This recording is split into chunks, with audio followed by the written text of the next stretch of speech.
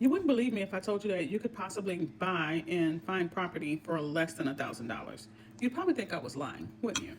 Not only is this possible, but let me show you. Come on. I'm sure you've heard of tax deed sales. I'm pretty sure you've seen 1,000 videos on it, but have you ever really figured out how it works and what sites to actually go to accomplish this? You're about to learn now. First of all, what exactly is a tax deed property? Well, somebody didn't pay their taxes, and now you get to buy property. Seems a little shady, but such is life. So before we get into where can we find the properties, let's talk about actually purchasing it and what it means and the things you need to be aware of. When you're purchasing these tax deed properties, do know that there's some little hidden things that come along with it that can be very costly. It has something what's called a cloudy title, where the ownership may not be clear and cut, and you also may come across where these properties have been auctioned off several times, so there may be some issues going on with the title that may make it not as marketable for you, especially if you're purchasing the property to flip it. Hidden liabilities like some undisclosed or unknown debts that's tied to the property, HOA liens, you just gotta be careful. Absolute worst would be a tenant issue or an occupied homeowner issue. That's the worst, because now you could be dealing with an eviction. And sometimes you're not pretty sure what the property's condition is, because a lot of times they're sold as is, and you don't have the opportunity to actually view the property before you're bidding on the property.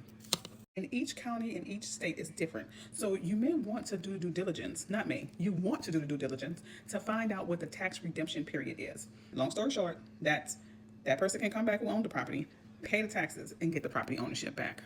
I know it's a lot, but you gotta check. They could have some zoning and code violations with the property. So how do you find these properties? Well, I've already told you that you can check with your clerk of court's office or the tax assessor's office to see the list of delinquent properties. If you're doing online bidding, make sure that you register in advance. So here are a few of my favorite sites. If you're wanting a complete list, go ahead and subscribe to my YouTube channel. And reminder, share this video. Help a friend.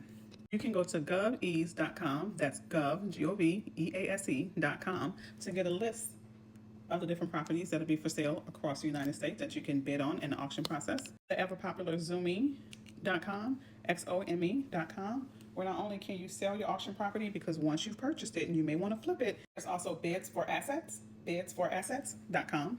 There's also Treasury.gov. I have a list, so I'm gonna just read from it. You have FDIC.gov, the Treasury Department.gov, IRS.gov, US Marshals.gov, GSA Auctions.com, Treasury.gov, and pretty much any government agency that can seize property can auction it off. And don't forget my favorite, USA.gov.